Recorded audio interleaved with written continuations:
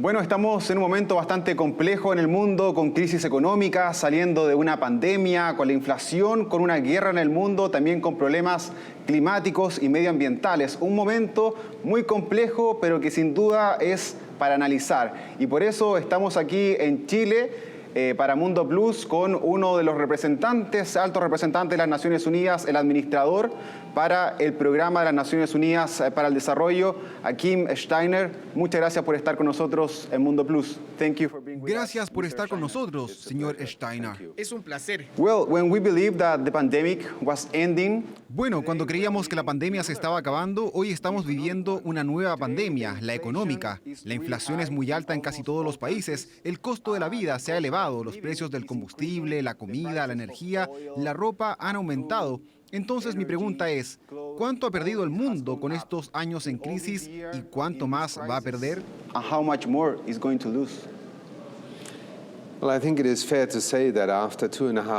Creo que es justo decir que estamos después de 2 años y medio de una pandemia que casi no tiene precedentes en la historia moderna de la humanidad, donde prácticamente cada país ha experimentado una disrupción.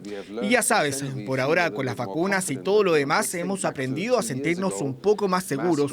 Pero piensa hace 2 años atrás, cuando las fosas comunes aparecieron, hubo un momento en el que realmente no estábamos seguros de lo que nos depararía el futuro. Creo que en muchos países el impacto socioeconómico del COVID-19 continúa. Y eso es lo que nos enfrentamos ahora.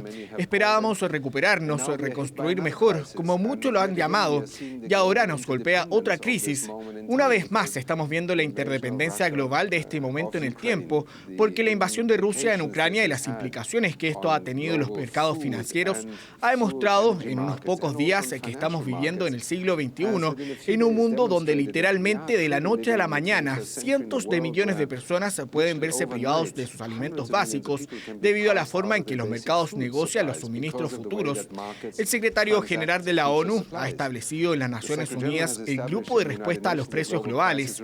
Ellos estiman que en 94 países alrededor de 1.600 millones de personas se verán afectadas por al menos una de estas crisis, ya sea en el costo de vida, el aumento de los alimentos o la energía, o incluso en las finanzas.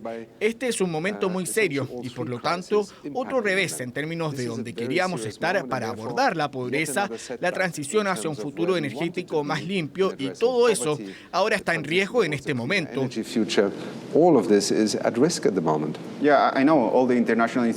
Sí, claro, todas las instituciones internacionales y los gobiernos están intentando resolver este problema. Sin embargo, hay muchas situaciones que están más allá de ellos. De acuerdo a la ONU, América Latina es la región más desigual del mundo. ¿Cómo usted cree que los gobiernos podrán reducir las brechas económicas, sociales o de género en este momento que es tan crítico para estos mismos gobiernos? Uno de los fenómenos interesantes del COVID-19 fue que en muchos países los gobiernos repentinamente establecieron redes de seguridad social, esquemas de transferencias en efectivo, apoyo a pequeñas y medianas empresas o agricultores.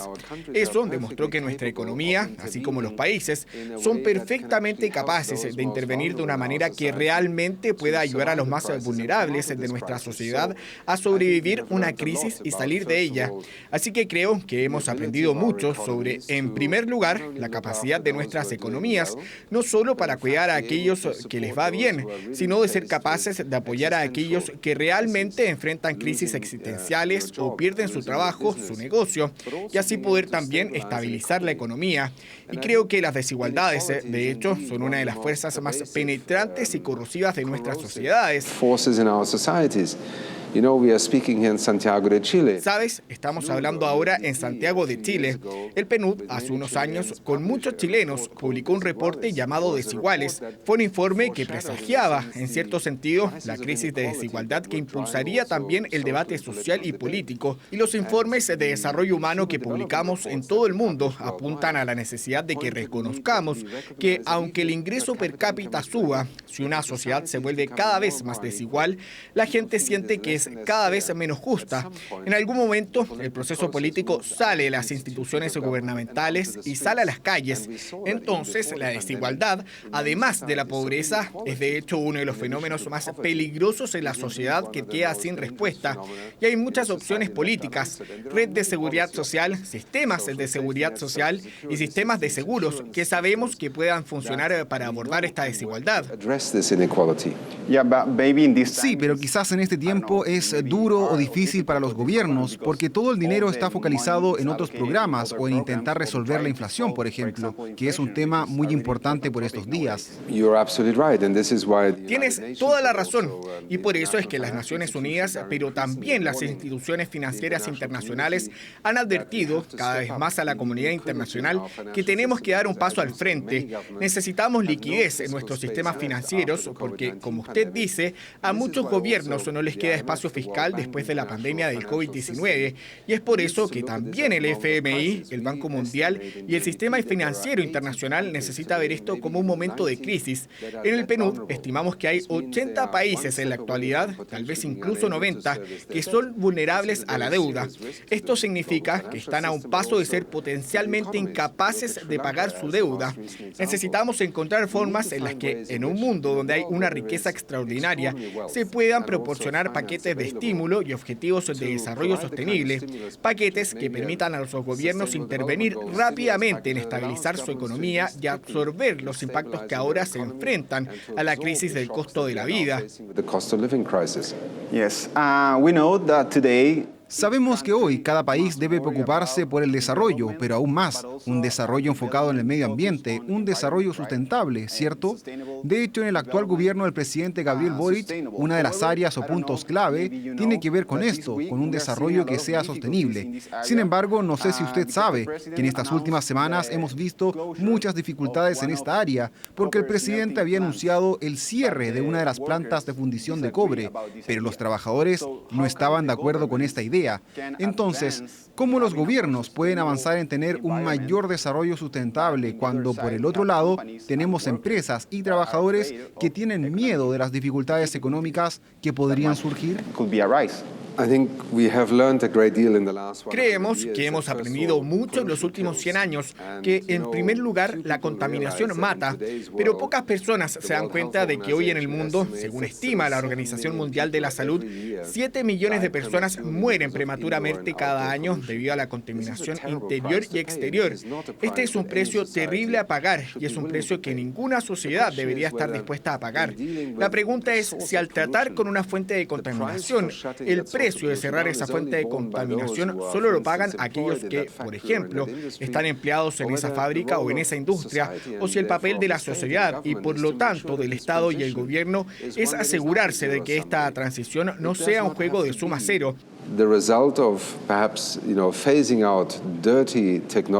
No tiene que ser el resultado de, tal vez, la eliminación gradual de la tecnología sucia y que, por lo tanto, las personas pierdan sus trabajos. Hemos creado muchos puestos de trabajo nuevos a lo largo del tiempo, como parte de la economía verde del futuro, que no solo vemos ahora en el sector de las energías renovables, sino también en la forma en que gestionamos los recursos. Así que mi argumento siempre sería que realmente no se puede justificar la muerte de una persona o la enfermedad de tus hijos en virtud de que este es el precio que tenemos que pagar para el desarrollo.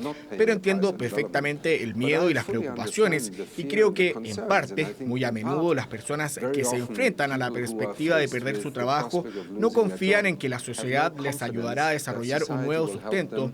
Si puedes resolver ese problema, si puedes reducir esa preocupación, entonces dudo que cualquier trabajador en una industria contaminante diría: prefiero trabajar en una industria contaminante que en una industria más limpia o en un trabajo de economía verde. Imagínese si los Estados Unidos o el Valle del Ruhr alemán todavía estuvieran produciendo de la misma manera que lo estarían produciendo en la década del 1950.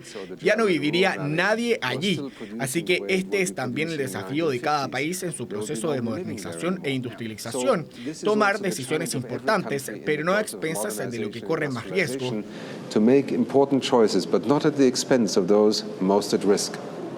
The European Union has expressed La Unión Europea ha expresado que debido a la pandemia y la invasión rusa en Ucrania, probablemente algunos de los objetivos medioambientales que ellos tenían antes de estos procesos ahora serán pospuestos. Además, tenemos grandes potencias como India, Rusia o China que no han tenido un rol realmente progresivo o activo en términos medioambientales. ¿Qué podemos hacer hoy en estos términos? What can be done in these terms nowadays? Let me first of all En primer lugar, yo cuestiono un poco la noción de que hay una región que es más progresista y quizás otras no. Si piensas en la India hoy, tiene uno de los programas de inversión más grandes que cualquier país del mundo en energía renovable, más de 450 gigavatios de capacidad de generación de electricidad renovable que se instalarán para 2030. Esta es una inversión extraordinaria. China es hoy no solo el principal productor de tecnología de energía renovable, sino también el principal inversor. La mayor cantidad de capacidad instalada, tanto solar como eólica, está en China. Así también esas economías han comenzado una transición importante hacia una economía de energía limpia, pero obviamente están comenzando desde una alta dependencia del carbón. Ahora, en cuanto a su punto de que tal vez Europa, Estados Unidos u otros países industrializados retrocedan en alguno de sus compromisos ambientales debido a la crisis o los desafíos que enfrentan en este momento, creo que el peligro es real. I think the danger is real. Creo que sería una tragedia para la humanidad, porque solo tenemos cerca de 7 a 8 años para reducir las emisiones hasta el punto en que nuestros hijos todavía tengan la oportunidad de vivir en un mundo donde 1,5 grados sea posible como límite para el calentamiento global. Sin embargo, espero que lo que veamos en el próximo año o 2 sea quizás una respuesta a corto plazo para, en cierto sentido, hacer frente a una crisis de suministro de energía y para acelerar la transición hacia la descarbonización. Actualmente, una economía como la de Dinamarca produce el 70% de su electricidad a partir de energías renovables. Vemos una economía como Alemania, que ahora alcanza el 50% de su electricidad generada por energías renovables. Esto era impensado hace 10 años. No podemos dejar de lado esta ambición. Por eso, también las negociaciones sobre el cambio climático son difíciles. Si perdemos la confianza unos en otros de que nuestro futuro es uno de descarbonización, entonces la humanidad pagará un precio mucho más allá de la interrupción a corto plazo de este momento. And finally, I wanted to talk about politics. Y finalmente quiero hablar de política. ¿Cómo ve el futuro político, el futuro democrático de América Latina cuando estamos experimentando algunos momentos críticos? Hace algunos días hubo una controversia porque Estados Unidos no quiso invitar a Cuba, Venezuela y Nicaragua a la Cumbre de las Américas. Algunos mandatarios no fueron como forma de protesta. Otros decían que esos países debieron ir para confrontarlos cara a cara. Además, estamos en un momento en que casi todos los presidentes de la región están sufriendo una falta de apoyo. No tiene muy buenos índices de aprobación, al igual que muchas instituciones. Tenemos una crisis económica, hay mucha violencia en esta región. ¿Cómo ve nuestro futuro? We have economic crisis, we have so much violence in this region. How do you see our future? Well, it's always dangerous to generalize. Bueno, siempre es peligroso generalizar en una región tan vasta, pero tienes razón, ya hablamos de eso antes. La desigualdad se ha convertido en un gran desafío. Está generando mucha tensión política, una pérdida de confianza en las instituciones. El Estado de Derecho está siendo desafiado en eso. También la polarización política, la criminalidad y otros fenómenos han ido claramente en aumento. Pero seamos también un poco más justos. Siempre ha habido ciertas tensiones y si algunos están invitados en esta cumbre o no, no es un fenómeno nuevo, diría yo. Es quizás parte de un momento político en el que hay muchas fuerzas diferentes en juego y diría que es en ese sentido un momento de incertidumbre y también de riesgo, pero también hay buenas señales en medio de estas tensiones políticas. Hemos visto elecciones y procesos democráticos que han tenido lugar.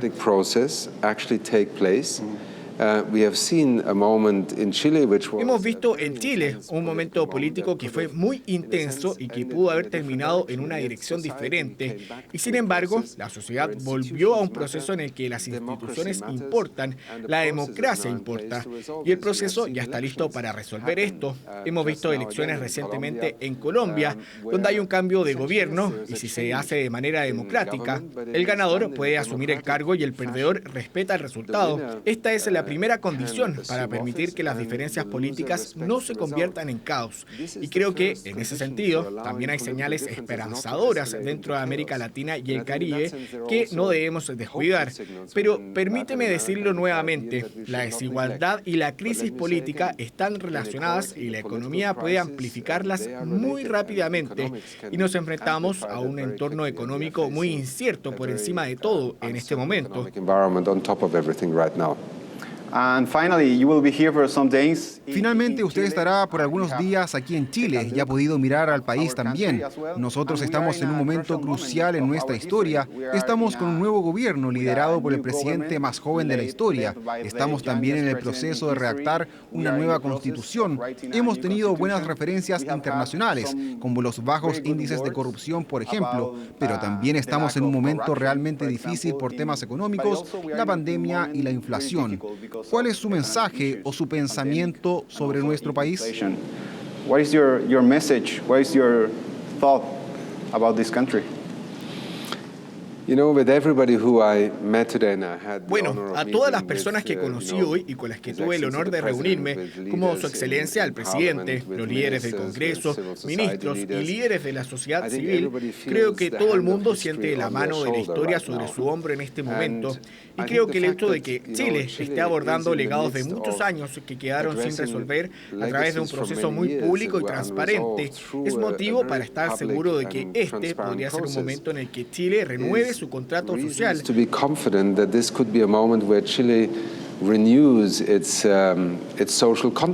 Aunque sabiendo que una constitución no es mágica, es en cierto sentido un medio para un fin, es un puente para hacia un futuro. Y no quiero de ninguna manera, ya sabes, comentar, porque yo no soy parte de la sociedad chilena, pero espero que la sabiduría permita que las fuerzas de la convergencia sean lo suficientemente fuertes para que las diferencias no dividan a una sociedad. Ahora, esto puede sonar muy abstracto, pero en realidad es una psicología humana muy básica. Entonces, creo que las próximas semanas y meses, mucho también dependerá de si la gente cree en el futuro de Chile, en esta sociedad y sus posibilidades. Y si crees en eso, entonces tienes razones para ser optimista también sobre el futuro. Y creo que ese debería ser el único resultado. Señor Steiner, muchas gracias por haber estado con nosotros. Ha sido un placer. Muchas gracias.